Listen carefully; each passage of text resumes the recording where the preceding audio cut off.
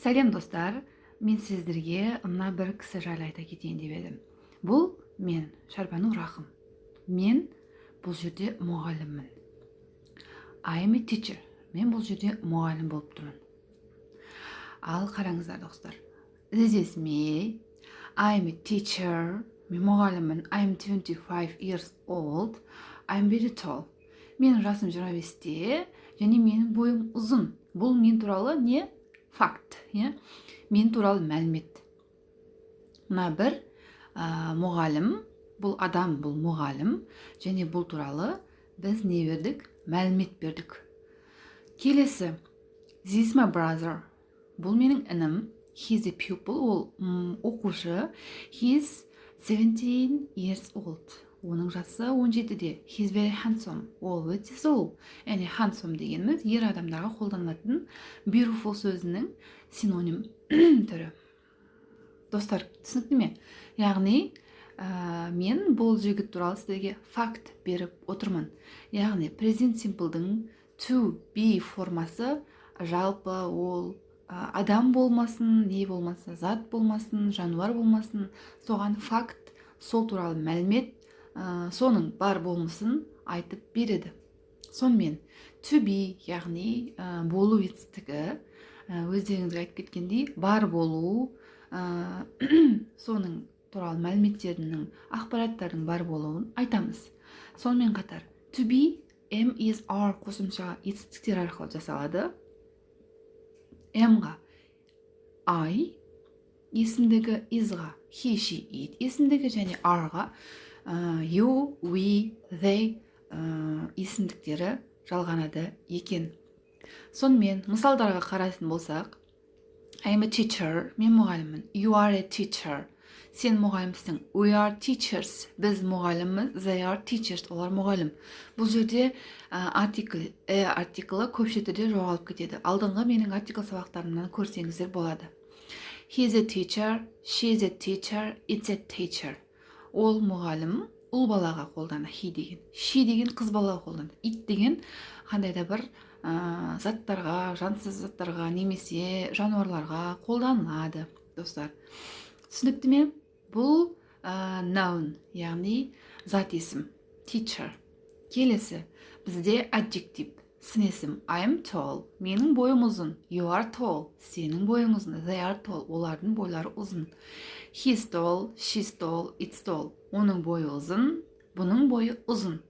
Яғни бұл жерде adjective қолданып тұр. Сын есімге де, яғни оның бар болмысы, оның туралы мәлімет, оның туралы факт, ол туралы информацияны айтып жатырмыз. Келесі, бұл болымсыз түрі. Яғни, қандай да бір ондай емес болса, мысалы үшін мен мұғалім емеспін. I am not a teacher. I am not a teacher. Not көмекші етістігін қолданамыз. You are not a teacher. Сен мұғалім емессің. We are not teachers. Біз мұғалім емеспіз. They are not teachers. Олар мұғалім емес.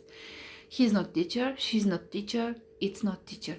Бұл жерде өздеріңіз көріп тұрғандарыңыздай I-ға am, he, she, it-ға is етістігі көмекші, және you, we, they-ға are көмекші етістіктері. Бұл қатып қалған қағида, ешқашан өзгермейді. Осыны осылай қолдана бересіздер. You are, we are, they are, he is, she is, it's, I am.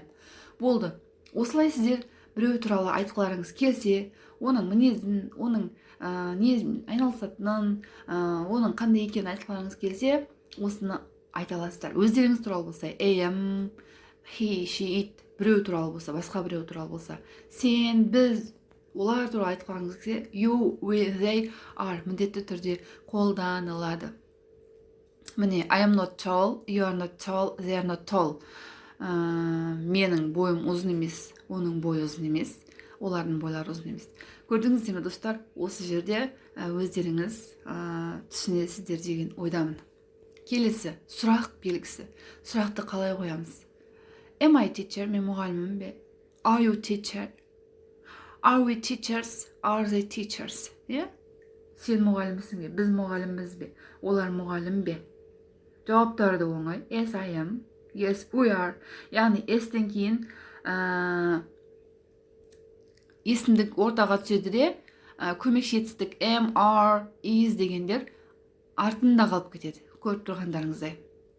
Is he a teacher? Ол мұғалім бе? Yes, he is. Yes, he. Есімдік. Is көмекетістік. Түсінікті деп ойлаймын сіздерге, достар. Am I tall? Are you tall? Are they tall?